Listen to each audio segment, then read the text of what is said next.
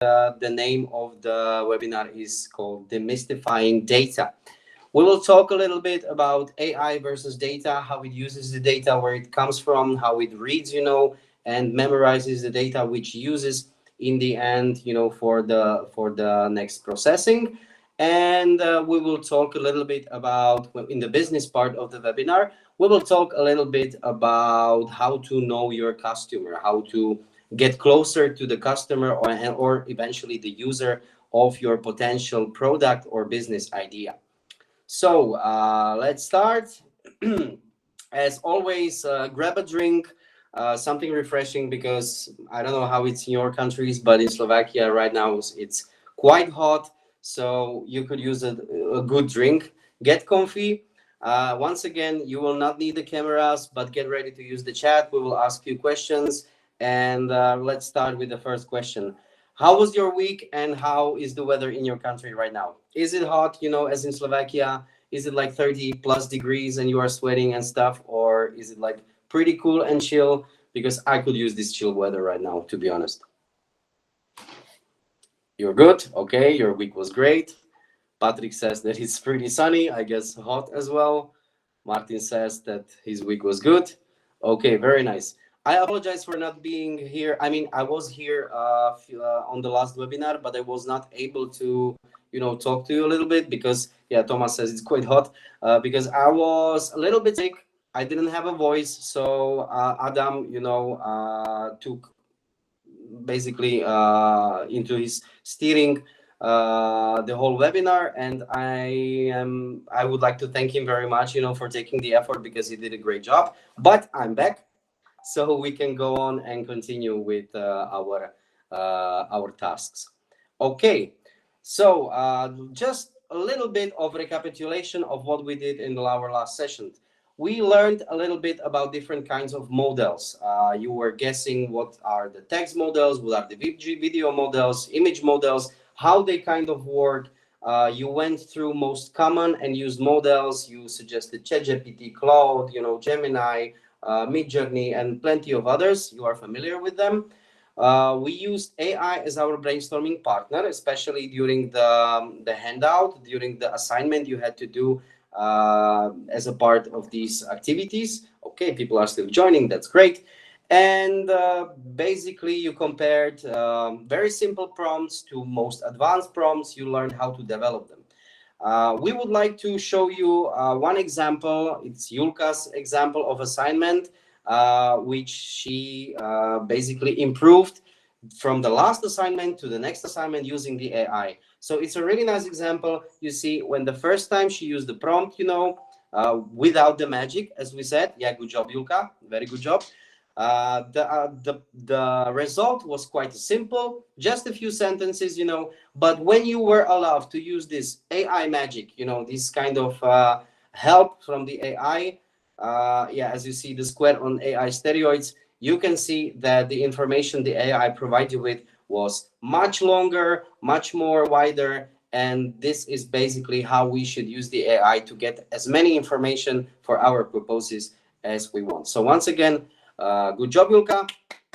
Let's send the clapping emojis if you have them. Thank you very much. Nice, amazing. And we're gonna continue with Adam now, because he's gonna talk about the first part of our webinar. He's gonna deal with AI and data, and I will get back to you when Adam stops talking. Okay? Thank you very much. Adam, the stage is yours. Thank you very much, Rasto. Thank you very much for an amazing introduction. Once again, good job, Julka, but also good job, everyone else. We went through your submissions, and all of them were very good, and all of them were better than when you did not use AI or when you did not yet know how to prompt better. And just to get to this AI part, you know that I'm always the one who talks about the boring stuff, and it's not going to be very different, but I promise you that from next seminar on, we will start actually using the AI tools, not just talk about them. But for now, let's just move on with the data. In this part, we will be talking about, because we already talked about what AI is, we already talked about how AI works, and now we will be talking about how AI gets the data and maybe how it uses them and so on. And as we know from the previous two webinars, AI loves data, and it sees the data and tries to learn the patterns within the data. And the things like ChatGPT or Gemini have actually seen the whole internet pretty much. So anything you can Google, they have seen it, and they have in some sorts memorized it. And just a quick question to like fire the chat up is how many books did you read in your life? There is some people who read a lot of books. There are some people who don't read books at all, maybe just read something mandatory from the school or something. So just tell me in the chat, how many books did you read? Me personally, I read maybe like 20, 30, 40. Okay, there is 20. Too many. Okay, how many is too many? Tell us. Try to guess at least.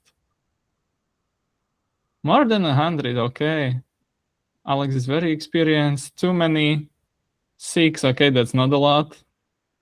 You should read more, surely. 6, 7. Yes, that's also a good answer.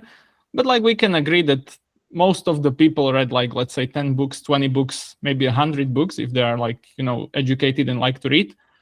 And another question, do you know how many books, like specifically books, did AI read during its training? It's not gonna be 6, 7, I can tell you. Okay, a lot of zeros. All of them, yeah, all of them is a good answer. Millions, that's actually fairly close. And I'm going to tell you because I like checked the numbers, and there is about 130 million books that have been ever written, and there is about 40 million, so 1/3 of it, that have been scanned. And the AI and like LLMs were trained on about, let's say, 10 to 15 million books. So you read, let's say, 20, 30, 40 books, and AI actually did read about 10 to 15 million books. So basically, AI saw 1/10 of the books that were ever written in the existence, which is kind of crazy. And now the question that basically arises when we think about data, another question for you to answer in the chat, is it better to have a lot of data and have them like messy, or have a smaller amount of data, but the data is like better quality and like, strictly formatted and so on? You can think about it a bit. It's just one thing or the other. Quality over quantity, high quality, second one, and I think we are pretty much on the same note. And I'm not going to tell you the answer directly, but I'm going to answer you with the question. Let's say you have to prepare for an exam, and you can either read 10,000 internet comments, or you can read 3 books that are well written on the topic of the exam. Of course, you are going to pick the second option, and that's the thing with AI as well. And that's why the AI wants clean and quality data. And it's much better to use smaller amount of data, but the data is better than to use a lot of data.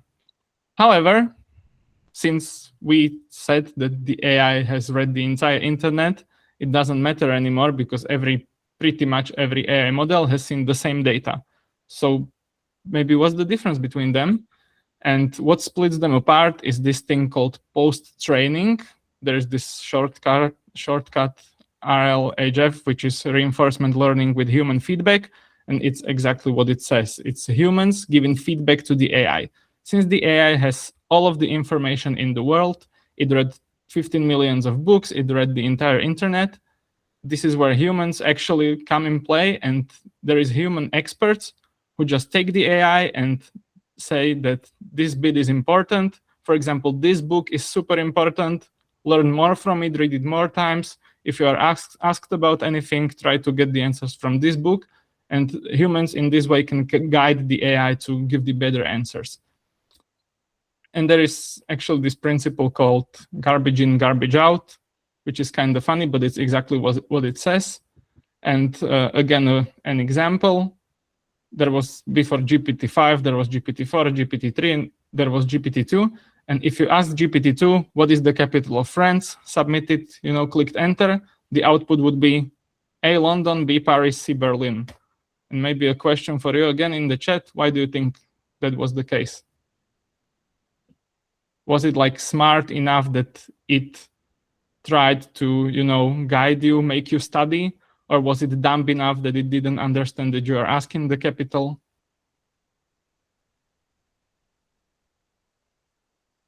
I mean, you don't have to know the answer. You can just guess.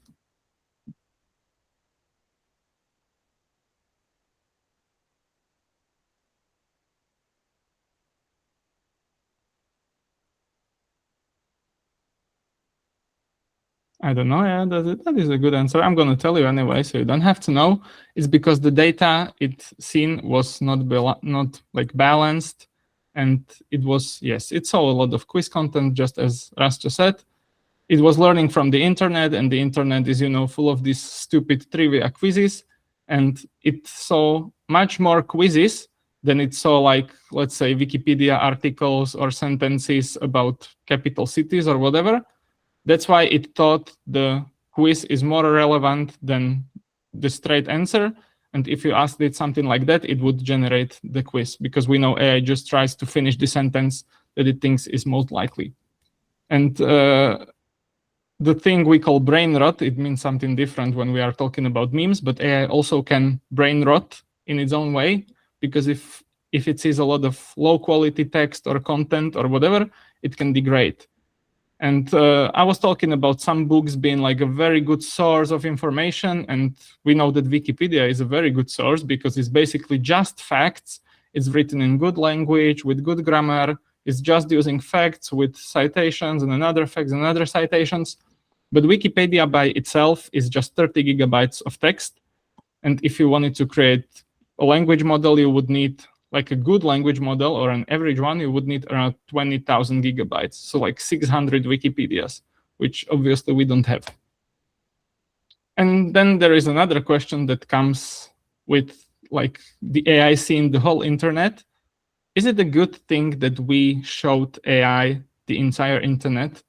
Because the internet, it contains all of humans' history, and it contains the good things, but it also contains the bad things, our prejudices, and the bad things we do or we did. And that's why we say that AI is a mirror of, like, humanity, a mirror of our collective. And there is actually this phenomenon, it's called the CEO test. It's super simple. You just ask AI to create an image of CEO. And as you could guess, the image would be a man, it would be a white man, pretty much sure that it would be a white man, and it would be like man in a suit, some like super posh clothes and stuff. And this is why you have to remember that AI output is not something that is like engraved. It's just learned about what the most probable thing you want to see, and it gives you the thing. And I actually tried it myself. I asked AI to make me a picture of a CEO and a picture of a nurse. And you can see that I didn't specify that I want the CEO to be a man and I don't want the nurse to be a woman. But because AI has learned our stereotypes, our prejudices, it made the CEO a man and it made the nurse a woman.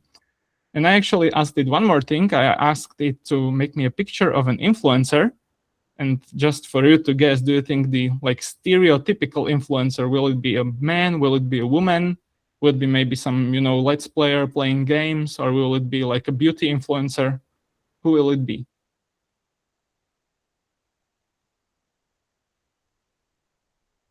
Okay, Tomasz thinks it's going to be a man. Sonia thinks it's going to be a woman. Some other guesses?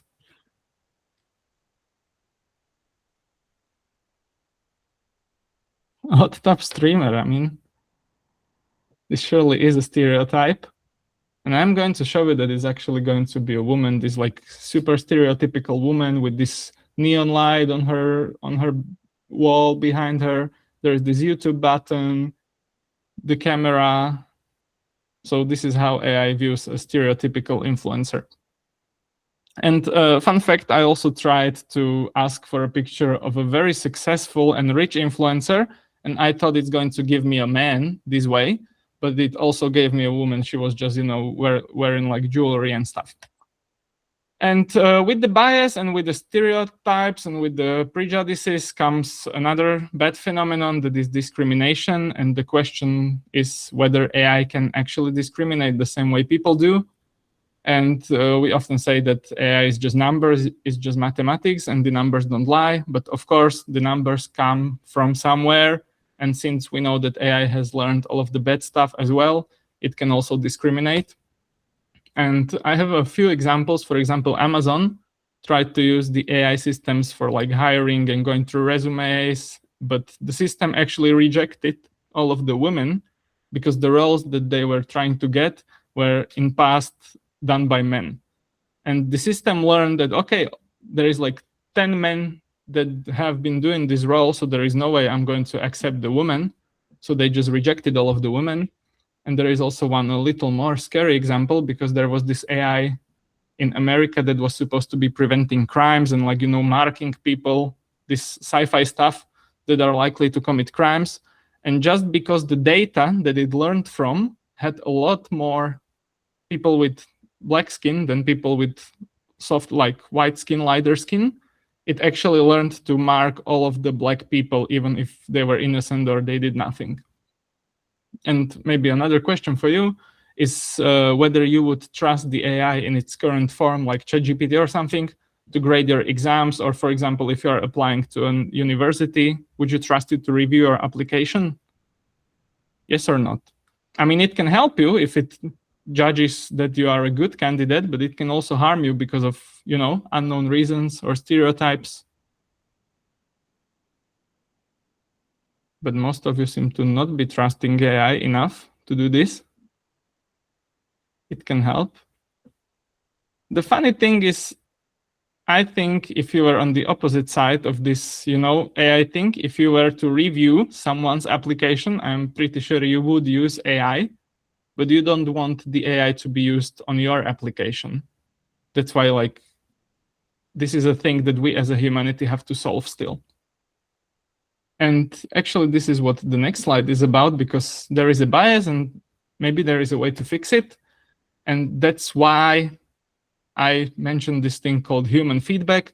And that's why this is a thing, because the scientists or the engineers or whatever makes the AI, they try to balance the data sets manually. They try to tell it that, okay, maybe you are too harsh on, let's say, people with black skin. You have to be more open to them or something like that. And do you think something like this could go wrong? And I'm not going to hold you for a very long, because I'm going to tell you that yes, it can go wrong, and it did go very wrong, because when Gemini started, a few weeks after Gemini started, there was this super huge fail with Gemini images. I'm going to show you an example in a moment. And just to add my thought to that is that we can fix the bias or stereotypes only if we fix the society itself, if we get rid of the stereotypes, and of course we will not do that. And to get back to this Gemini fail, there is actually a very funny example of this fail. Gemini scientists try to make the AI not just generate those stereotypes that I showed you, not just make every CEO a man, not just make every nurse a woman. And what they did was they overdid it. And if people asked for Vikings or for Pope or for anything that by its nature should be let's say, have light skin or be men, they made it, let's say, they made Pope an Indian woman. Which, of course, if you ask for an image of Pope, you don't really want to get an Indian woman. And even though that's inclusive, it's like overdoing it. And they just went too far with that. But how the AI gets the actual data is another thing we are going to answer. And the answer is this thing called web scraping. It's like the AI goes to the websites and it saves all the websites. So it opens a website, it saves all of the text, all of the images, all of the data that is on the website. And it does so without asking. There is no one saying, okay, AI, here's my website, read it, learn from it. When the AI basically emerged, we didn't even know they were downloading those data. And the question that arises from that is whether this is legal. And the answer is still being developed, but the general answer is that it's not legal, but it's also not illegal because no one did it before, and there is no base truth that we can base it off. And the problem that came from that was that there was this artist, there were those writers that woke up and they found that AI can mimic their style absolutely perfectly. Let's say if you asked AI for making some person as a Simpson cartoon character, they can just make them look exactly like Simpsons, with yellow skin and so on. But the artist who actually came with this design got no credit, they got no payment, And basically, you can now generate Simpson characters indefinitely. And as we mentioned, the AI already got all of the data from the internet, but what they didn't have yet, or at least they didn't say that they have it yet, is the private data. There is emails you send on Gmail, on Outlook, there is your SMS texts that your data provider has, there is chat messages from Messenger, WhatsApp, iMessage, whatever. And this is the next thing that AI companies are trying to get from us. And that's why super important thing to always check your terms and conditions, because they often change. For example, Gmail changed it like half a year ago. It was like a minor change. You just, checked, yes, I agree with everything because I want to use the service. But what you actually checked was that they can use all of your emails to train the AI, and the AI actually sees your private emails or work emails or whatever. And the next question that you may be having is that if we are running out of data, or like the internet, the AI has seen all of the internet, whether we can actually generate the data using AI. And for a long time, we thought that we cannot, but we actually sort of can, let's say. It's getting better and better, and it's called synthetic data, or like, fake data. It's AI-generated data that is actually used to train other AI models. And right now, what these big, Claude, Gemini, ChatGPT providers are doing is they are actually stealing the data from each other. For example, if GPT wants to train a new model, they go and they talk to Claude and get it responses and like try to make their model better with what Claude answered and so on. And this is called model distillation. So you take one model and you try to, the distillation word speaks for itself. You just try to make it a smaller or faster, but keep the base, keep the juice, the sauce that makes the model work. And I have a pretty funny example of AI creating the data and then using those data to train itself and so on.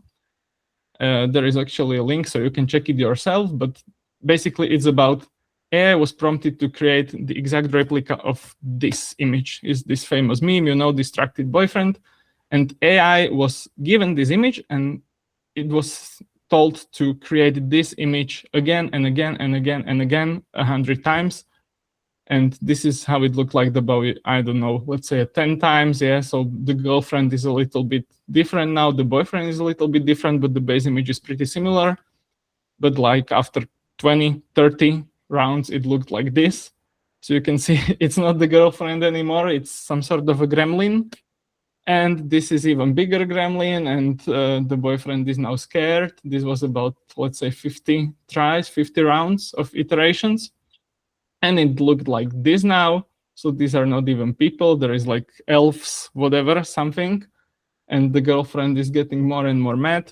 And what it concluded in, this was about, I don't know, I think like 95 rounds, was something like this, which is basically something totally different. There is two people having fun. One of them suddenly turned black, and the girlfriend suddenly turned a man that has no hair and is muscular for some reason. And this is what happens if you let AI learn from itself and iterate what it did before. Because there is always this one small mistake it makes because it's not human. And the mistakes, the more time you do it, it gets bigger and bigger. And that's pretty much it from me. I hope it was not too boring, but now I'm giving the mic back to Rasta. Thank you, Adam. And he will wake you up. Yeah, thank you very much. So we're going to talk a little bit about knowing your customer. This project is basically half about AI, half about business. And if you put it together, it's about how to use AI in order to establish, to develop your business, to become an entrepreneur using the modern digital tools. I apologize for my doggy. You probably hear her barking right now on the balcony. It's absolutely okay. Don't be distracted. So how does this kind of stuff help the business? There is one premise we need to talk about when it comes to knowing your customer. Not everyone is your customer.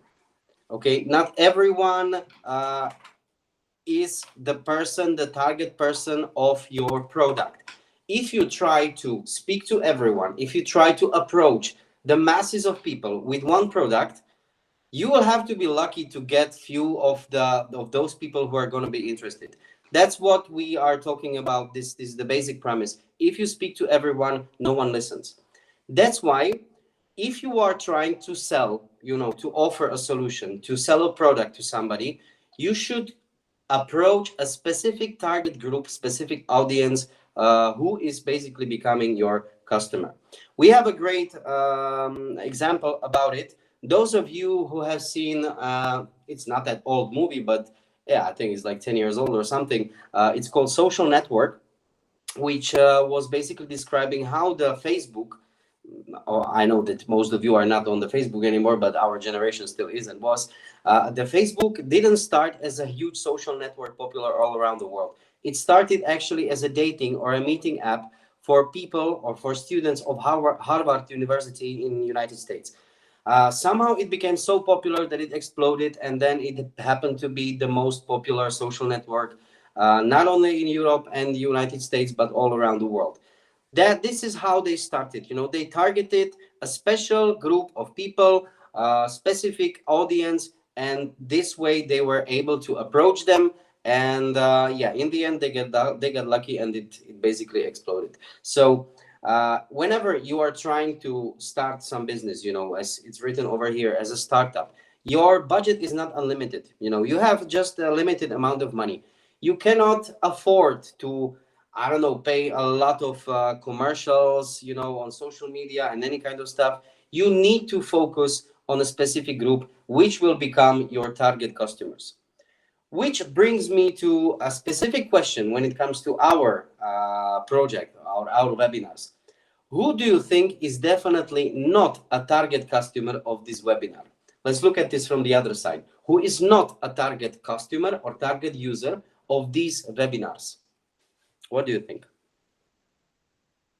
Because we know that you are young people, you are interested in AI, you are using digital tools. Who is not? Give me some examples. Give me.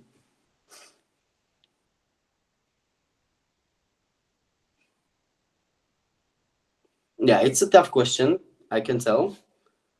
We only target cool people, so uncool people are out of our target audience. Good question. So just the cool question, that's just the cool people, old people. Yeah, let's say people who are not familiar with using digital tools. Yeah, we can call them old people, but I would prefer people who are not so familiar with AI, who are not familiar with creating business, people who are scared of AI. Yeah, unfortunately, or I'm not saying unfortunately, but there is still a kind of group of people who think that AI is bringing the doom to society and it will not bring anything good. We think the opposite. If we catch it up, and we will use it for our purpose, for our benefit, it can be a good thing as everything. Okay, let's move on. So not everybody is a target group. All people mainly, but also people who cannot work with it. Exactly, people who don't understand or don't want to understand the usage of these digital tools. When it comes to customer, there is a difference between a customer and a user. Very simple explanation is the person who is using your product is a user, but the person who in the end will pay for your product, who will sacrifice their budget, their money in order to, contribute to you for this product is the customer. These are not the same people. We have this example here about studying or note-taking applications. It's used by students, but usually it's not bought by students because students usually don't have this kind of budget, or money to spend on application regarding studying. But schools are investing into these applications, and parents, because they see that their children are using this application, it can be beneficial for them, and this kind of stuff. There is also a very nice example. Have you ever seen a commercial about doggy food? The dry food of a doggy. There is a difference. The user of the dog food is your dog, but the customer is you. They are trying to sell you the product. Yeah, exactly, as the doggy over there. So the customer is not the user all the time. Different people have different motivations. For example, when we take in consideration the studying or note-taking app, students want the application to be fast, to be funny, to be entertaining, not to be too boring. And parents want it to be, safe, want it to be beneficial for the children, want to improve their grades. So when it comes to this distinguishing between customer or users, who do you think is more important? Is it a user or is it a customer when it comes to the business? Who do you think is more important? Is it a basic user of Instagram, or is it somebody who is paying for promotion on Instagram, as an example? Who is more important, user or a customer? Customer. Okay, customer. Because without users, there is no customers. Basically, user, Christina thinks. Okay, Sarah thinks it's customer. Sonia thinks it's user. Okay. I can understand your explanation, but the truth is that it's both. You should satisfy both customers and users' motivations, because at first you are usually the user. But if your product is very beneficial and if it can improve the life of this user can one day become a customer. So the answer is they're both as important as before. There are two hands, one holds the phone, another holds the wallet. You see? Very nice example. Thank you, Adam. Okay, so this is the distinguishing between customers or users. We will continue to definition of a persona. Have you heard this word before, persona? Okay, I will not ask you because it's a little bit difficult to explain, but basically a persona is a fictional character which represents the ideal person who would use or need or basically benefit from your product. Okay, this persona, this character has some kind of name, it has a face, it can have some kind of habits, it can have some life goals, it can have some problems of their lives, it can have some frustrations. And these personas are usually used in designing of these kind of products or whatever you want to sell to a specific target group. We use them because it's much easier to design a product for this persona than to use it for very generally described kind of, let's say, target group. So as an example, you can see a persona over here is called or is known as single mom, Judy, 31 years old. And it's much better, to design something for her than to express her as a Generation Y female audience after divorce. It doesn't sound that good, and it doesn't gives you this feeling of being a part, of any kind of target group you want to basically focus on. So that's the persona. And when it comes to persona, the most important stuff about defining this persona is to take in consideration demographics and psychographics. I'm pretty sure you heard about demographics before because it's a kind of term which is used also in schools. You are talking about it. So it basically means statistical or physical attributes of some kind of group, group of people. So it's about their age, their gender, as you can see, location. It can be income, it can be school grade, it can be education, it can be anything. But when it comes to psychographics, it basically targets their motivations. Okay, so what are their values, for example, what they value in their life? Are they afraid of anything? Do they worry about some stage in their life? Do they have any hobbies? Do they come from work and start to do something stuff? What is their lifestyle? Is it active? Is it passive? So basically the demographics helps you reach a person, but psychographics tells you what to tell them to be able to sell your product. So it specifies the demographic part of the persona. As an example, we can use this very nice example. Elton John. Everybody knows Elton John. He's a famous British singer, and everybody probably should know King Charles because it's a British king nowadays. They share the same demographics. They're both British. They are both a little bit older, 77 years old, but they are not the same. They don't buy the same things, and you would not talk to them in the same way. You approach Elton John in a different way that you would definitely approach King Charles. So there is the difference between demographics and psychographics, which together creates basically persona for who are you targeting to. Next question for you. What product do you think is loved by your demography, but you personally don't use it? What do you think? You are young people, you use most popular social medias, but for example, for some reason, You personally do not use it. Is there any kind of product like this? What do you think?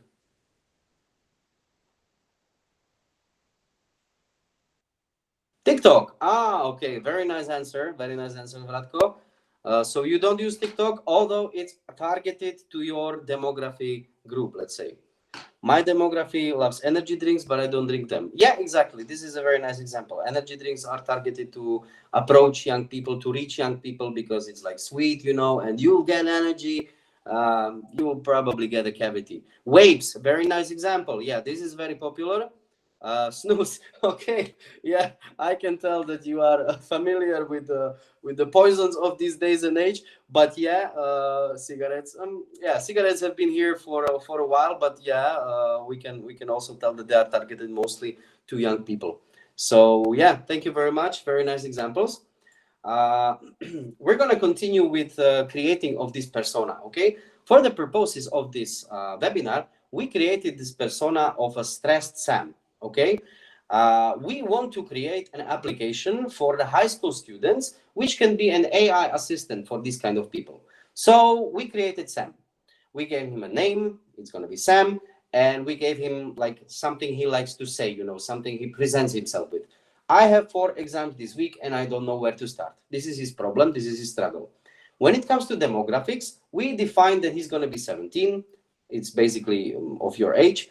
High schooler. He uses an Android phone, although nowadays a lot of high schoolers have iPhones as well. But let's say this one uses Android phone. He has a part-time job. Also, not everybody has, but usually, kids at this age can have a part-time job. When it comes to psychographics, we have defined that he is easily distracted by notification. That means that whenever he's trying to focus on something, notification pops up. The telephone starts to bling. He's like, okay, I need to cheat. I need to read it. I need to check on what's going on.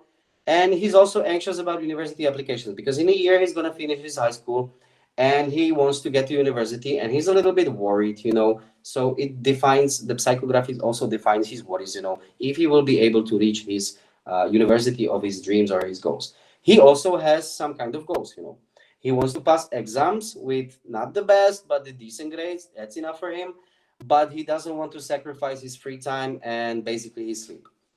When it comes to his problems or some kind of frustrations, we designed that he doesn't like textbooks because they're boring. There's a lot of information in them. When it comes to note, like extractions from the textbook, they are chaotic and it takes too long to read. We wanted to define channels, how we could reach this persona of Stress Sam. And we discovered that he probably in his 17 years old, he can be a gamer. That means he spends a lot of time on Discord, talking and chatting with other gamers and go on and so on. And he probably uses TikTok because he's a target group of this new social media, which is targeted especially to you guys. And he also never checks email. So it's not probably going to be very beneficial to send him emails because he's not bothered with it. He prefers the notifications of TikTok applications and some applications which looks like that. So since now on, if we want to approach this persona of Stressed Sam, we need to ask a simple question. How does this help this person, this Sam of ours? In the upper right corner, you can see this is how AI imagined how our persona of Stressed Sam looks like. Okay, he doesn't look that stressed, as you can see. He looks like more cool, and stuff. But when we gave this kind of information to our AI, relaxed Sam, yeah, he's more relaxed. When we gave this kind of information to AI, this is what the AI came up with. So this is our persona, okay? When it comes to doing a business, especially on the internet, you should do something which is called a user research. Usually you cannot or you shouldn't build your business or the personas you want to approach on your assumptions, okay? Imagine of a friend that would use the app and try to base the personas on them. Or even better, talk to the friend directly to find out about their desires, what they need, what problems do they solve. This is the best approach to do the user research. When it comes to user research, yeah, in general, it's a process of gathering some insights about your target audience when it comes to persona, and trying to find your target audience according to them. When it comes to user research, we distinguish 4 types of user research. One can be quantitative. That means what things people actually do. And qualitative. Why do they do things? Why they are motivated to do those things.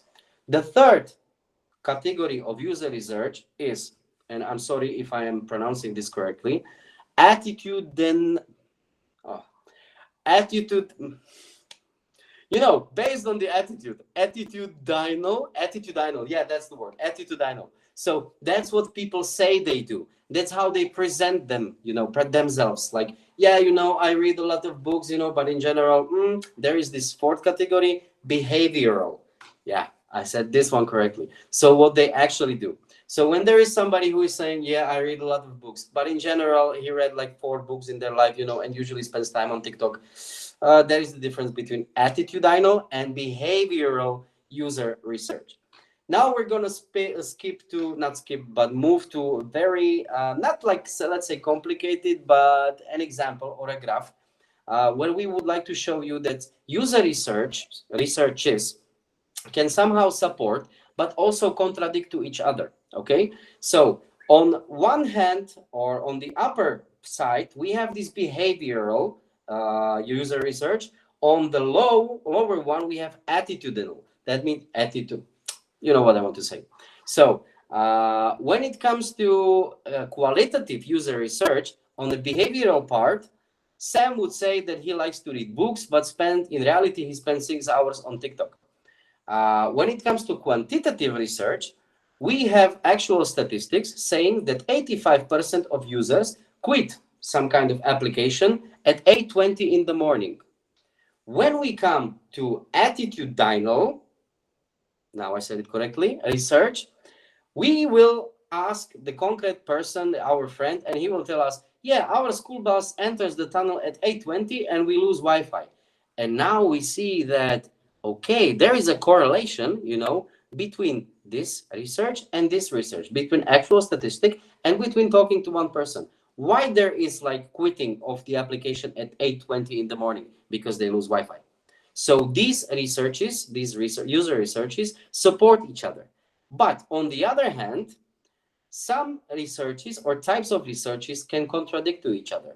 So whenever Sam says that he likes to read books, but in reality he spends 6 hours on TikTok, and then we have a mass survey, mass kind of questionnaire, which proves us that 30% of his age group, 17 years old boys, say they like to read the books. It's not that much, So Sam says that he loves reading, but the mass survey, the statistics of a mass tell us that it's just like 1/3 of people who do it. So these type of researches, of user researches, contradict to each other. It's very crucial, to somehow remember that not every type of research can bring the same results, but in the end, you should do as much results as possible in order to get somewhere in the middle and be able to work with the results. Okay, when it comes talking to people, because we need to approach the people somehow, we have defined that a simple friendly conversation with a real user is worth more than a month of research in finding about their goals and frustrations. Because you are approaching the person directly, you are like getting closer with the person. And this way, this user or possible customer in the future, can open itself and give you better feedback, can give you more insights about his problems or the solution he is seeking for. Then we have this kind of mom test. You remember the mom test from the last webinar? That was basically an approach where you should ask somebody the same way as even your mom would be sincere with you, because your mom has a tendency to agree with you, to be happy, to support you.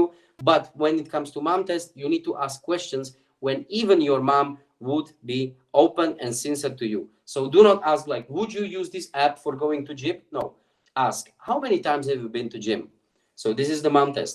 Then we have another approach, which is called like the incompetent interviewer, when you are like trying to be naive on purpose and you are not basically explaining your customer or your user what do you want to do, but you let them explain how they understand this product you want to tell them, you want to sell them, you want to propose to them. So you get some kind of feedback, and you will see how they view and understand it.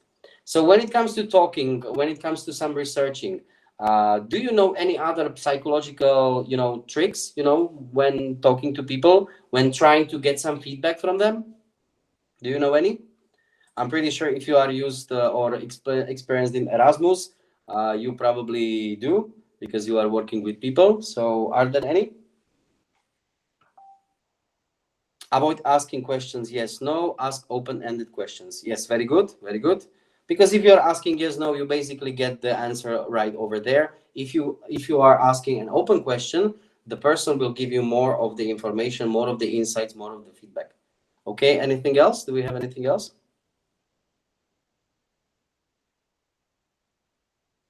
I mean, if we don't, it's okay because we are here also to use, not to use, but to learn, and basically in the end also use these tricks, let's say psychological tricks when talking to people.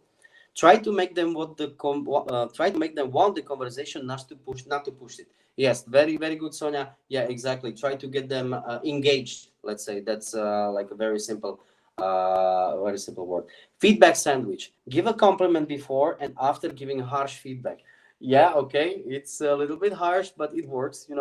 You just compliment the person, and then you are trying to get the harsh or the difficult information or insight from them. Okay, thank you very much. Very nice answers. We will continue.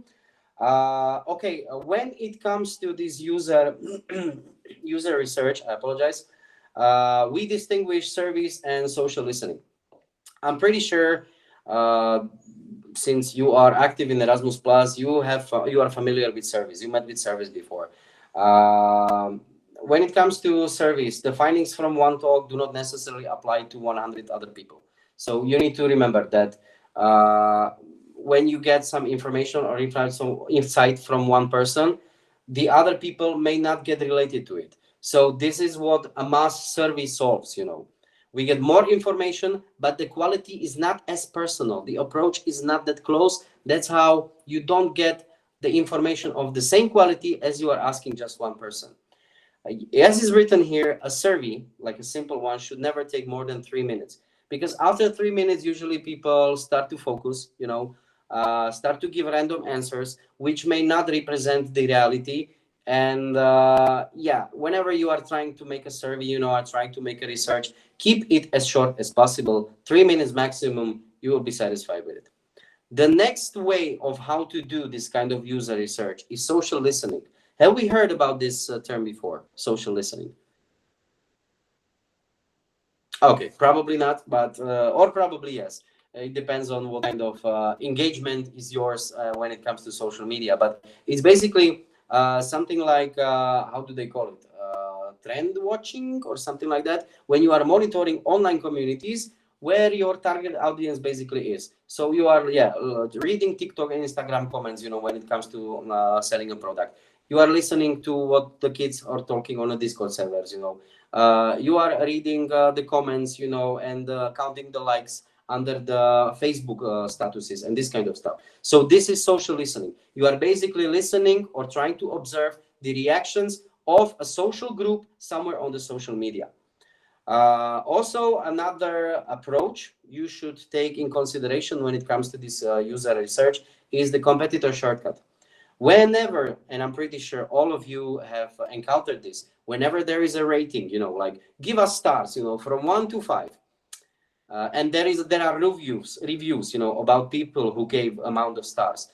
We usually shouldn't take care or shouldn't pay attention to those stars who are like 5, because they can be bought, they can be fake, they can be from somewhere in Bangladesh, somebody is like, on some farm is giving like, 5 stars for a product. When it comes to 1 star, because usually no or 0 stars is not possible, these are like super angry. They are not satisfied with the product, and their point of view is a little bit crooked, let's say.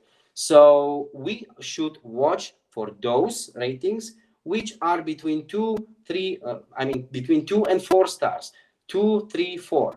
Because this is usually approach of like regular people who rate some kind of product, and they can even, or they usually tell you what they wish, what else they wish this product would do, what it would contain. Okay, so these are like very simple principles when it comes to surveys and social listening and all the other approaches. So when we want to, because this project and these webinars are about using AI for this business, if we want to use an AI for user research, we should simulate these personas we were talking about. Okay, so the first thing you should do, you should tell AI to act as this stress Sam. You should prompt it to behave, not to behave, to create this persona and to act like him, because this stress Sam is your target group. Okay, after that you are role playing using the interviews. Okay, so you will tell AI to use your application as a random user and share their process, of thinking, and what does this persona should be dealing with. After that, we are trying to draft surveys.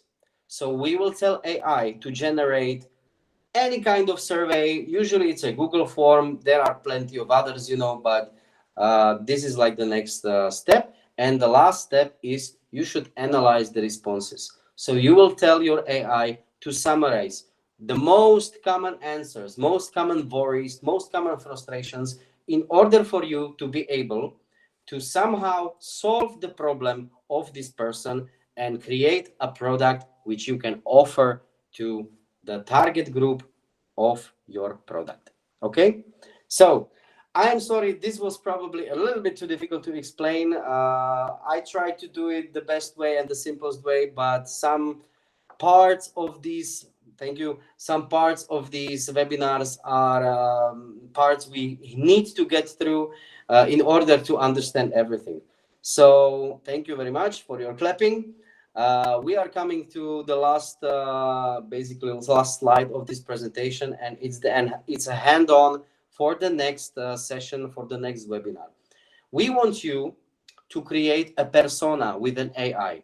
It can be AI of your choice. You can use ChatGPT, you can use Gemini, you can use Claude, whatever you are used to. But we want you to come up with some kind of business idea, and we want you to tell AI to generate your persona profile. So you will give this persona a name, you will give some quote, something he's bothering with. You will define his demographics, like age, anything related to demographics, level of education and stuff. Psychographics, that means his desires, his worries. You will define his goals, frustrations, something he's like frustrated about, the channels this persona is actually using. If it's a young person, it's going to use TikTok or Instagram. If it's an older person, it will use Facebook, or I don't know, any others. And we want you to tell AI to generate a picture of this persona. Okay, so a possible persona you would sell your product to, tell AI to generate a picture.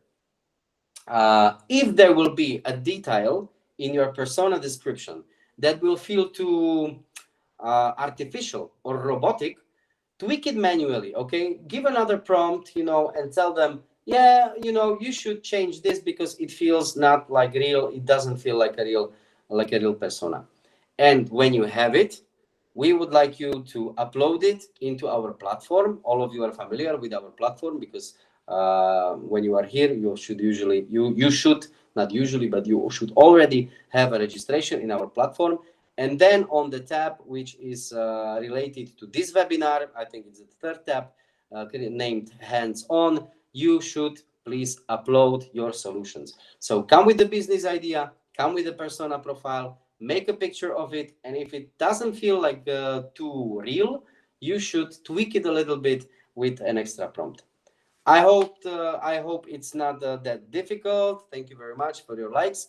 I hope you enjoyed this part. I know that this was probably too technical part of a webinar, but yeah, as Adam mentioned in the beginning, all the next webinars are going to be more practical. We will actually use the AI more and more in order to reach the goals of our wheel of data, of our project. So if there are any questions, you can feel free to ask about them right now. If there are not any questions, we can continue with our webinars. As always, you will get an information about the next webinar in our WhatsApp group. Also, there will be a recording of the webinar in our platform. And whenever you want to, you can check this presentation and you can replay this webinar again in order to remind yourself these kind of presentations we are presenting it to you. So as far as I can see, there are no advanced questions about it. So let me thank you very much for being here. Thank you guys. It was easy to understand. I'm looking forward for the next webinar. Thank you very much. We also very kindly ask you to give us the feedback. Yes, as Adam mentioned, please give us the feedback on our platform. There is like a special part when you can rate us and you can give us let us a comment. It's very not 1 or 5, yeah, as we were talking about. It's very useful for us in order to make a final report about it. And yeah, thank you very much for being here. We are looking forward for the next webinar. We will inform you about the next webinar in advance, and hopefully you will enjoy it as much as you will probably enjoy the rest of your evening. Have a nice evening, everybody. Bye bye. Have a nice evening, guys. Nice Bye-bye. evening.